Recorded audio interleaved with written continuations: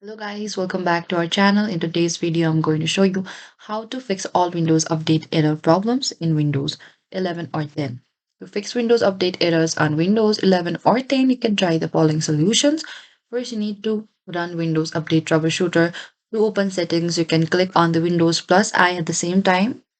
And after that, you will be opening settings. And what you have to do is go to the update and security. On the top left corner, there's this option that says system. And on the left, we could see the privacy and security option over here. On the bottom, click on that. And after that, you need to click on the Windows security and check if it's protected or not. Or you could also check the date and time settings. On the left corner, there's a time and language option and check if it's correct or not. Also, check your internet connection. Make sure that your internet connection is stable and working properly as well.